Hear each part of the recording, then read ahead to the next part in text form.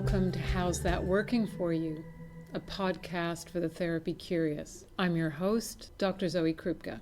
If you're working in one of the many fields of mental health, we've made this space for you. Come join us in some reflection on these often very strange jobs that we do, in the hope that we can really get to the heart of how to improve our work and our own sense of how to be who we are within it. This podcast is brought to you by the Karen Miller Institute. Karen Miller is founded on the unceded lands of the Wurundjeri people of the Kulin Nation.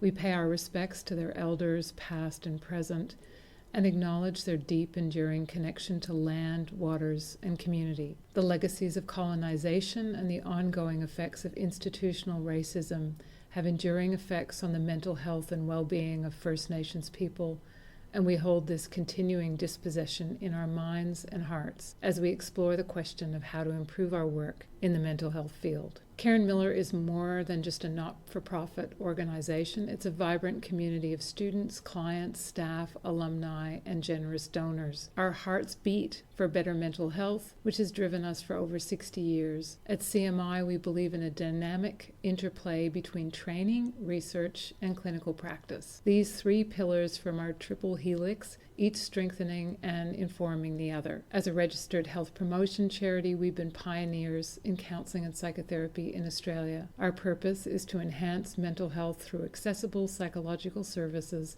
and innovative professional education. That's where How's That Working For You comes in. This podcast is our way of sharing the extraordinary insights, anecdotes, and life lessons from the mental health field. We're pulling back the curtain to offer you a unique peek behind the scenes, aiming to deepen your understanding of this remarkable space. I'm a senior lecturer at CMI. I'm a feminist psychotherapist, supervisor, and researcher. I've worked in agencies, organizations, and private practice. I've trained in a number of modalities, including emotion-focused therapy and existential psychotherapy, and I have a primary interest in antidepressants. All right, so today's guest is Dr. Lou Cooper.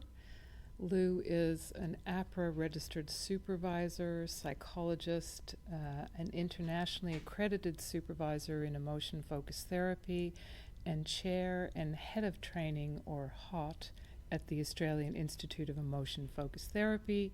And Lou is, of course, the host of the Emotion Focused podcast, which you can find at emotionfocused.com. So good to have you here. It's really lovely to be here.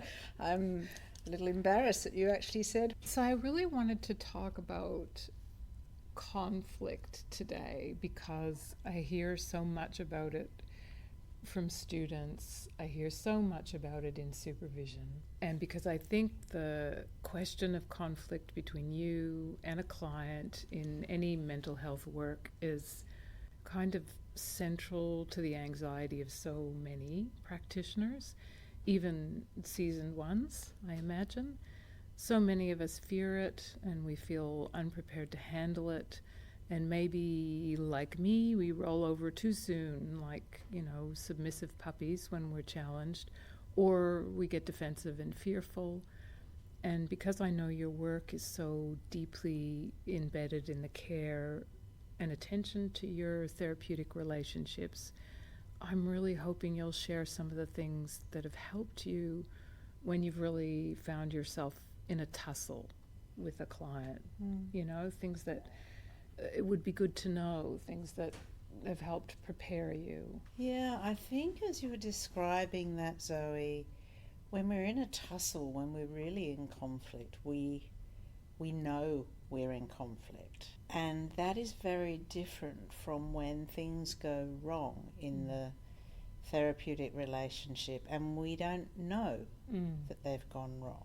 You talked about, seeing people in supervision who are really scared of that conflict or in it and not knowing how to deal with it. But I think more commonly we see people where there's been a rupture in the relationship, but the therapist isn't aware that that's actually what the problem is. So the person who's kind of just not come back or is becoming more withdrawn in sessions, maybe sharing less and So the conflict's more underground, more hidden. Exactly. Yeah. Exactly. I mean, both are difficult, but I think when there is conflict, I mean, if a client stops coming,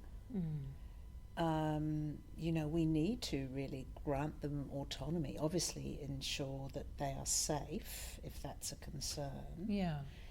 But we don't go chasing. It's interesting, that one. I wonder Maybe you about do. that. No, not necessarily, no, but it always makes me think about a conversation I had with a hairdresser years ago, and he said to me, it's impossible for somebody to tell you in the moment when you ask them, no, I hate it. You know, when they say, how's this? And they bring the mirror out, how hard it is to say, no, I don't like it. They just don't come back. And I said, that is just, it is so like our work. And he said, we've got this new kind of program where we ring people up and say, it's okay if you didn't like your last haircut. Come back. You can tell me. You can come back, and and we can try again.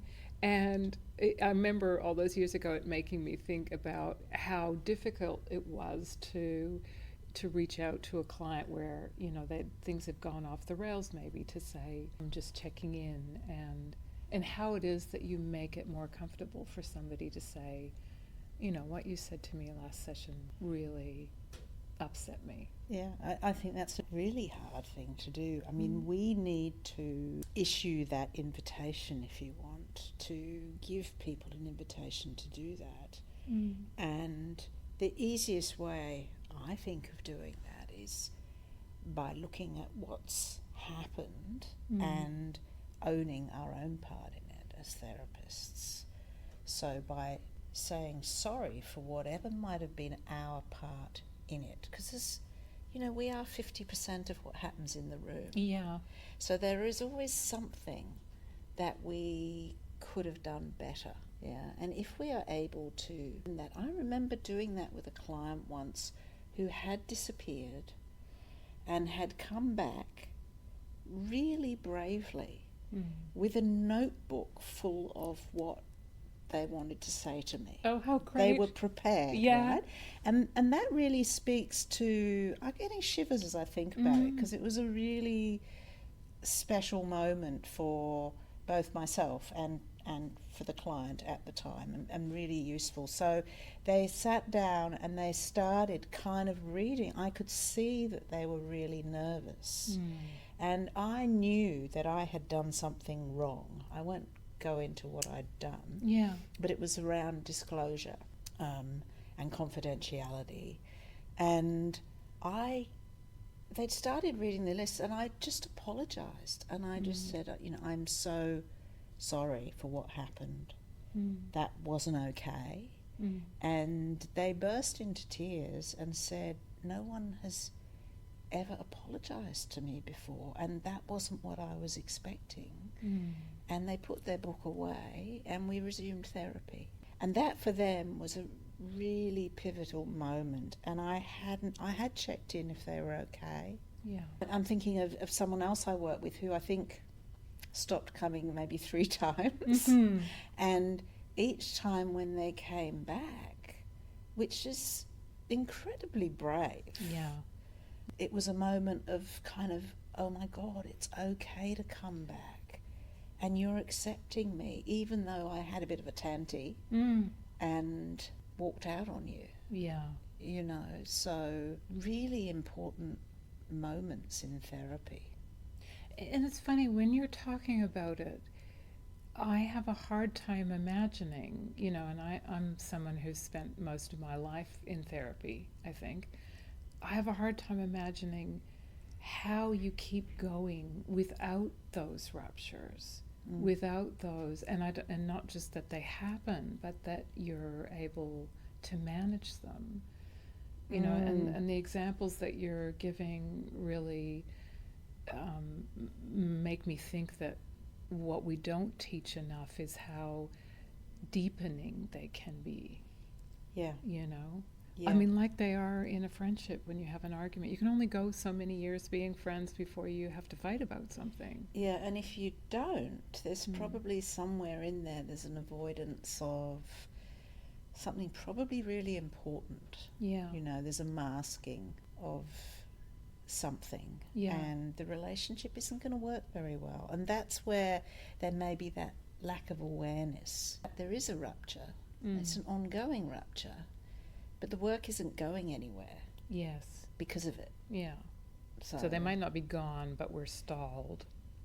Yeah, it's stalled. And just from someone kind of withdrawing their openness, they can sometimes just hear it in their voice, that there is a change. And unless we're really tuned into our client, we may not notice that. Yeah. That little micro expression that they have when you say that thing you always say, whatever it is. So when you're talking to somebody in supervision about this and you're thinking, okay, there's some impasse here, what do you find supports people to, I don't know, be courageous in that space? I know sometimes that can be really difficult to say to somebody, no, you got to go in there. What's helpful for people? I think one of the things that we have to do first is check in with ourselves. Yeah. So to make sure that we are grounded in ourselves, that we are really present to our client when we do this, if we're going to do this, because we don't want to be doing this from a defensive position. Yeah. We don't want to be explaining ourselves. You know, I remember one time I called a client by the wrong name. Oh God. I was devastated. I don't think I'd ever done it before. Yeah. And I went into this explanation of why I might have done this, including, and afterwards I thought that actually was completely wrong. And the next session, there was a repair, which was something like, what was it like for you when I did that? Yeah. Yeah. So acknowledging what happened for them rather than looking after myself and trying to excuse I can't believe I did that. And trying to, getting caught up in that rather than going into my place of shame, really, if I was going to go anywhere. I've forgotten what your question was. Oh, just how do you help people? And so, it sounds like you're saying, okay, whatever it is that helps to kind of ground you in that space so that you're not kind of reacting straight from that shame of having, made a mistake. Yeah. But also it sounds like you're saying in that there's also the sort of magic of being able to say, tell me about how that was. I don't know how that was. Maybe that was minor for you and maybe it was hugely wounding, but almost like you're setting up this ongoing protocol of tell me about what this is like here with me. Yeah, this is about you and your experience when that happened. And I think we can only do that, because we do have sex and we do, worry about what we did and all that sort of stuff. So we need to be in a grounded space to be able to comfortably just be open, really. Just be open about what happened and be curious about what happened for the client in that moment. Because in that way they are validated, their experience is validated in it, rather than it just all being about the therapist. As it was in that moment, of course. Well, yes, my reaction was, oh, yes, I do remember doing that awful, awful feeling. It also feels like, too, to support people to really go through that process with somebody that, I might feel my feeling about having gotten someone's name wrong, for instance, but there's so much in what the client tells me about what it was like for them.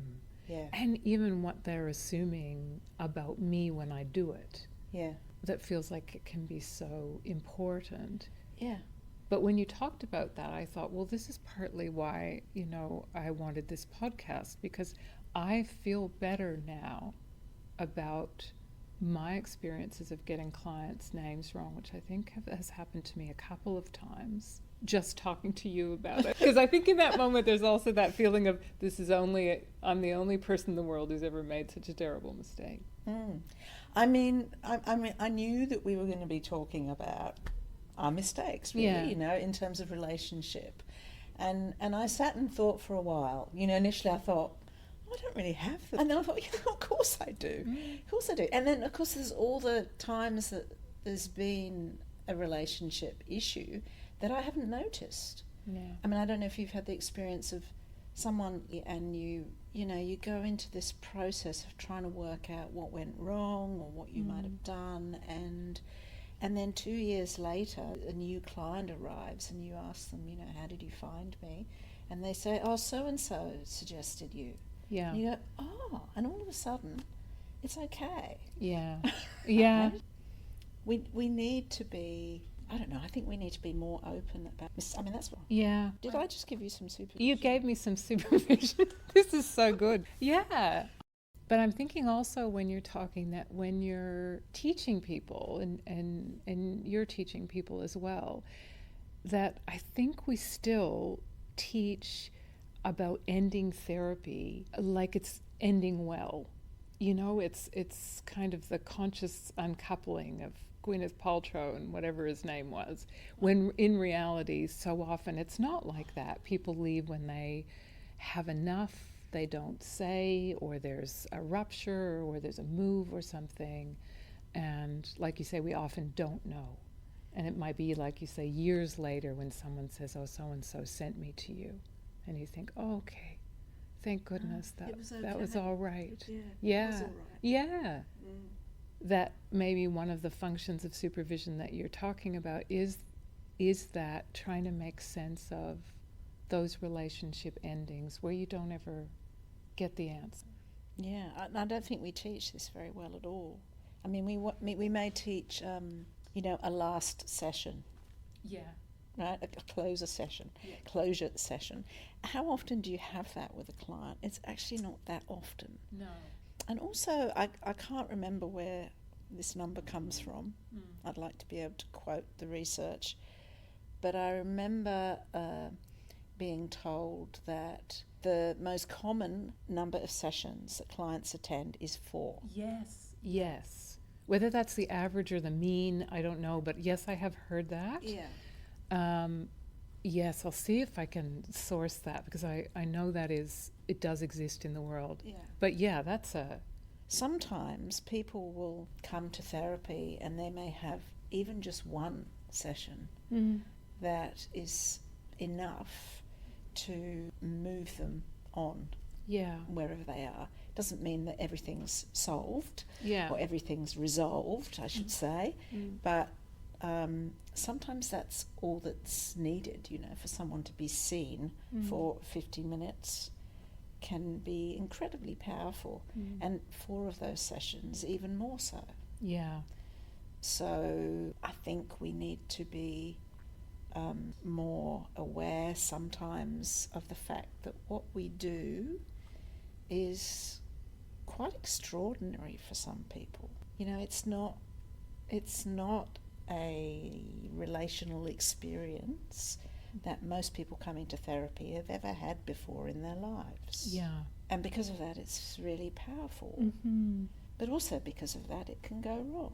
Yeah. Yeah.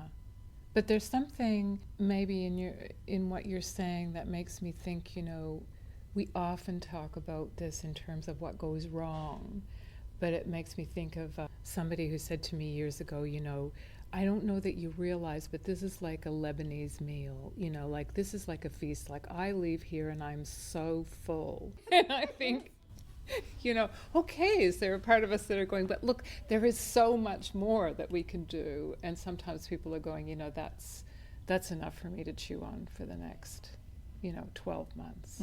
So if these kind of, if you think about them as inevitable, this sort of rupture and repair, can you take us through maybe some of the steps that you would, like if you're trying to break it down, when it isn't hidden, when it's kind of there in the room, what do you think are the key steps to take in that process? Well, the first step is have the awareness that it's happened. Yeah, There's something here notice. that is relational. Yeah. And the next step is to find a way to communicate that to the client in a way that is gentle, tentative. Yeah. I just noticed that when I asked you that, or I just noticed as we're talking, it feels like something's changed. Or it feels like there may be something that you want to say to me, or something that you're wanting from me, or whatever it may be, but it needs to be very tentative so that the client can say, even if it's not true, no, everything's fine, right? Because they may not be ready to, if you want, go there. Yeah. So we need to be very gentle and tentative in the way that we make this process observation about what has happened in the process between us. Yeah. And having said that, we need to take our part and suggest that whatever it might be, maybe I'm pushing you too hard, or maybe you're kind of picking up on that I'm actually not feeling very well. Yeah. And I'm sorry that I didn't cancel the session, or something like that, right? Whatever it is, to own your part, because it may be the first time that anyone has ever done that in any major or minor form of conflict for them. So we're kind of modelling that, and then inviting them, I guess, to do the same. But again, really gently, because they may not be ready to do that or able to do that. Yeah. It's a particularly vulnerable moment. I mean, we are modelling vulnerability in taking responsibility for our part, and then kind of see where that goes, just follow where that goes, and reflect back after that process, reflect back on actually what we just did then. Yes. Yeah. To allow the client the opportunity to reflect themselves on what that experience was like, to sort of have this guided repair, if you want. Yes. Because they may never have experienced it before. Yeah. I mean, as a therapist, I would like to say that I did that all the time, in my personal life. Yeah. Right? That I could be grounded and, go through these steps. Not true at all. No. But that, I guess, is in therapy, when we have our therapist hat on, kind of is our responsibility to be able to take that lead. And do you think, I mean, obviously there is going to be parallels, if not sort of a complete crossover, in personal and professional life. But I think one of the things we don't talk about a lot is, I mean, I think we do say... Oh, you're going to ask me a personal question? No, I promise not.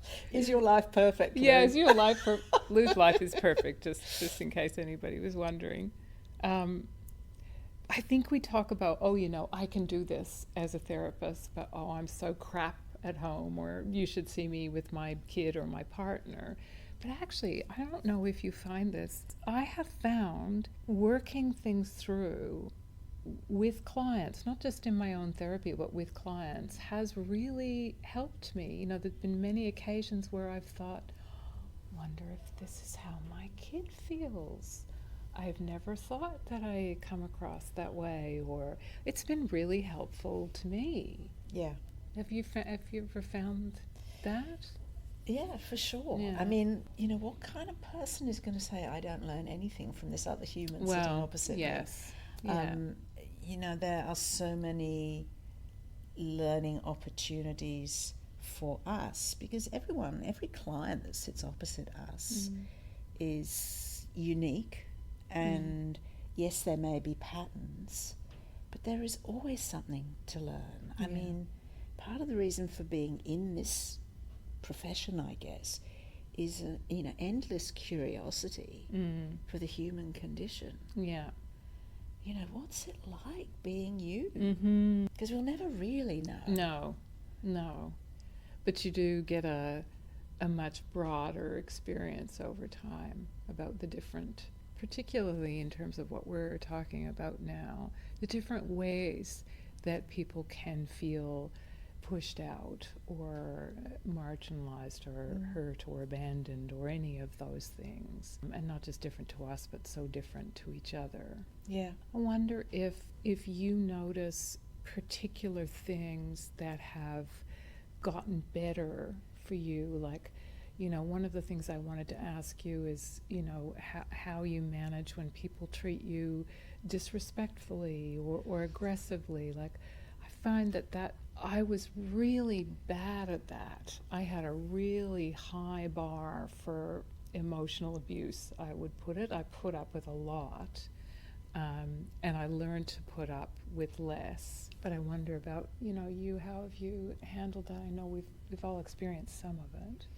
Yeah, I think what helps me in those situations is to go back to watching the process. You know, actually what is happening for this person in this, and it's usually that they just don't feel safe. Yeah. You know, I mean, we can use terms like defensiveness or resistance, or, you know, the kind of, there's a blaming quality to them. Yes. Right? Rather than this person in this moment felt so vulnerable, did not feel safe, and we're the only person there. Yeah. You know, what else are they going to do in that situation? Of course they're going to kind of have a stab at you in some way. Yeah. Right? Of course they are. And, you know, it isn't okay for us to be abused. That isn't okay. But before we go to that point and call it that, we need to try and understand what is going on for them. Yeah. Because it's unlikely that they're going to feel great about it afterwards, you know? Yeah. That it's a you know, it's a rupture in itself, but also a precursor to it. How do I handle that, I guess, aggression or that disrespect in a way that is not shaming, even if I'm setting a limit about. Yeah. I mean, you know, we need to be able to set boundaries around our work and our relationships with clients. We need to be able to set those boundaries. And I think the better we do that, the less likely there is that there's going to be some kind of attack on us. Because, you know, it may be the first time that boundaries have ever been set for that person. So doing that in itself helps to create some safety, some predictability. So the kind of attack is going to be less likely, I think. I was thinking about what you said in terms of, you know, really noticing the process. And I think it was in that show Couple Therapy. I don't know if you've watched that, where she has that beautiful dog who is really there for her. It's not a therapy dog for the other people. And one of her clients, who can be reasonably aggressive with his partner, says to her at some point, "Oh, I watch the dog because I know when I start to raise my voice, the dog looks over at you to see if you're okay." And that tells me I'm cycling up. And it really struck me. I thought, you know, I think part of what I was afraid of early on was to help somebody notice what was happening, to point out to them, you know, in a loving way, you know, what's going on now, when that sort of defensive anger or rage was beginning to... Yeah, when that happens. Yeah. And because it isn't nice for the client. No. It's unregulated. They're likely to be in a state of overwhelm. And that doesn't always mean that there isn't something that we need to repair, we need to take responsibility for. That's right. Yeah. Because I'd suggest that often we have left the client sort of hanging in the wind, you know, in some way. I didn't notice how distressed you were becoming. Yeah. And how could we work with this better in the future? Because the likelihood is the client is going to think, well, that therapist is never going to see me again. Yeah. I've blown it. Yes. Again. Yeah. Yeah. And if we can, I'm not saying we do that all the time, because there's only so much that we really should take, if you want, particularly if it becomes a physical aggression. Yeah. But to be able to say, okay, that wasn't great. How can we do that better? What happened? How would you know? Yeah. Yeah. And to work collaboratively on it. This is actually why they've come to therapy, probably. Yeah, sometimes it's the main game, isn't it? Yeah. So they are going to want, or perhaps we would like to give them a different experience in therapy than they get out in the world. Yeah. You know, someone who is marginalised, for instance, doesn't want to be feeling marginalised in therapy. In the room. No. So for you, how many of these skills do you think, like, how much of this has come from your own supervision or your own experience being a client, your training? Like, how would you sort of parcel that out, this kind of, where did I learn this? Well, I didn't learn it from doing a psychology degree. No. Yeah? No. I didn't learn it there. I think you learn it from experience. I think that you have to sort of have enough people go through your therapy room. Yes. And you have to be willing to take the things that you find problematic to supervision and be vulnerable in supervision. So have a supervisor where you feel you can be vulnerable and talk about the things that you did badly, you feel, or the things that are really bothering you that you feel shame about. And it's often therapist shame that prevents, I think, early career therapists in particular from taking these pieces to their supervisor. You know, it's a supervisor's responsibility to make sure that supervision isn't just about the therapist bringing their best work and having a pat on the back. Yes. I mean, that's nice too. It's very important in therapy that you can take these pieces and to have thought about them beforehand. I mean, I think our own reflection is probably the most valuable thing that we have, that we need to learn to reflect on our work, reflect on what has happened, reflect on our clients and our relationship with our clients, with or without the help of a supervisor. So I think that it's that reflection that in the end is consistently helpful. Yeah. Because we can't go running to our supervisor after everything that goes wrong. No, as much as many people would like to.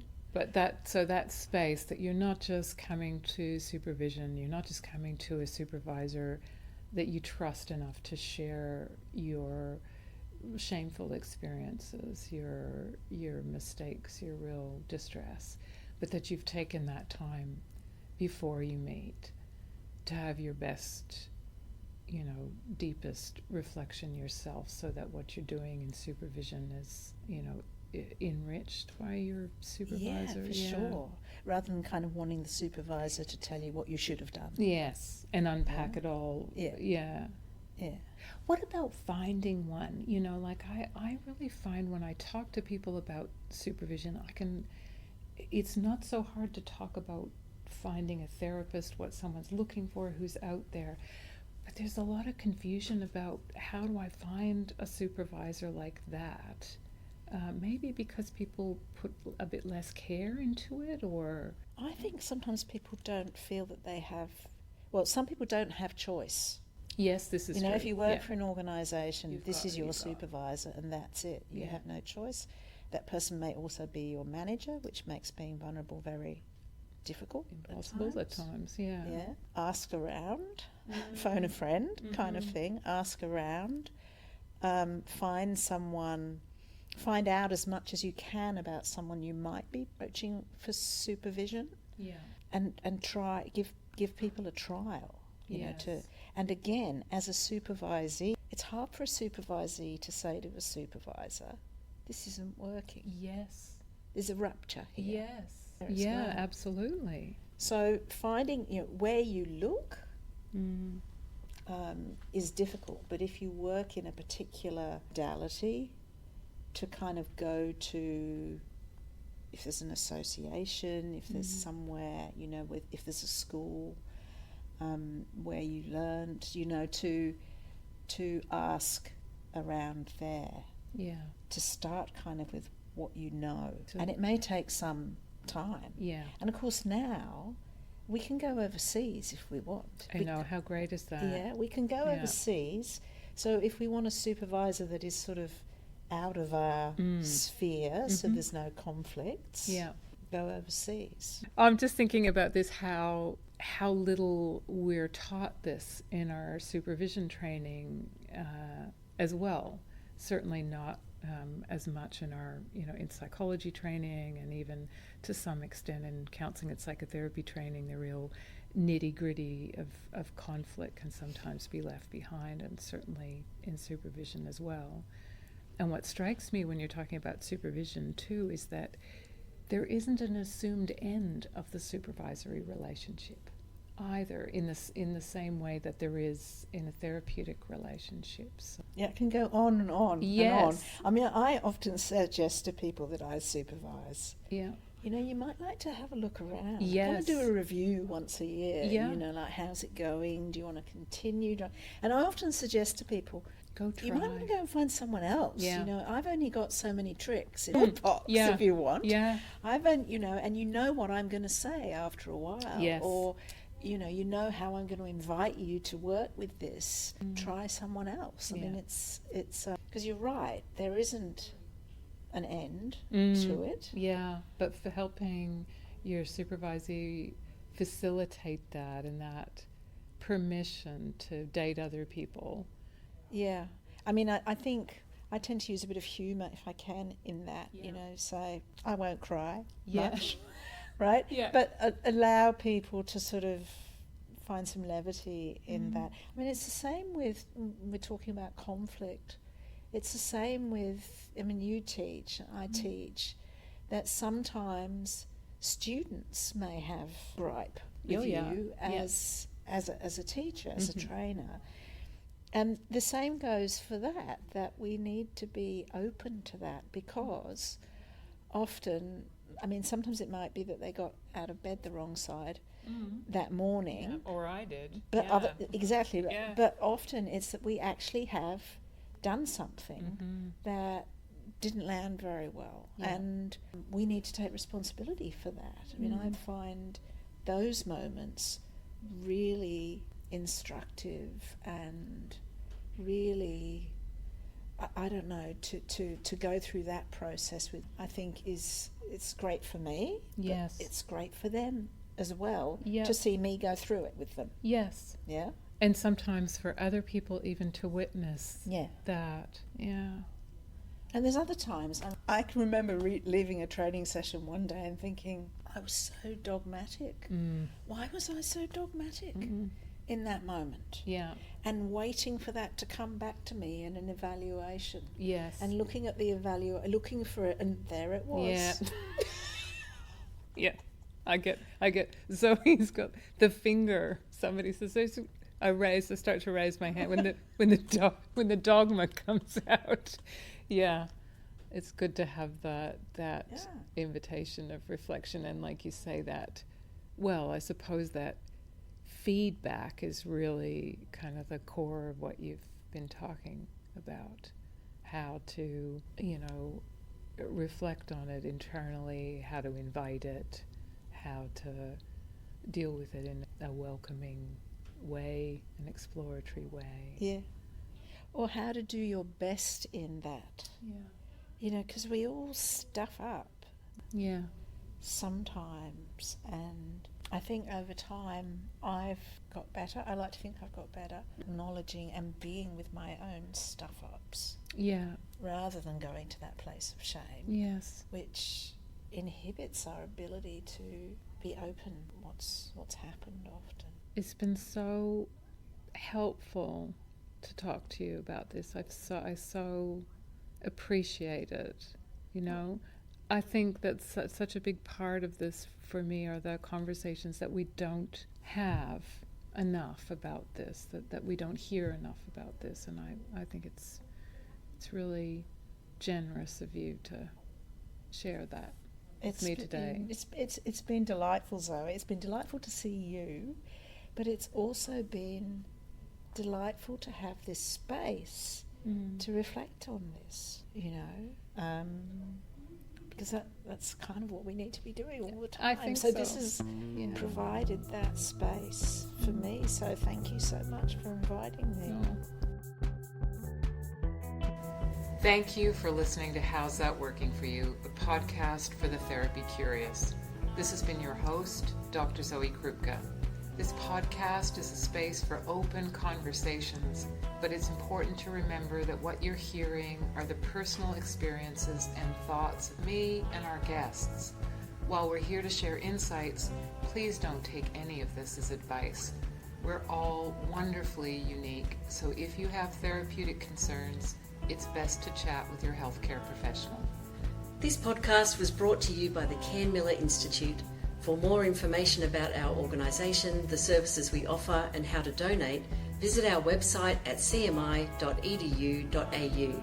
You can find links and more information about each guest in our episode show notes. Find us on all major podcast platforms and stay tuned for more inspiring episodes.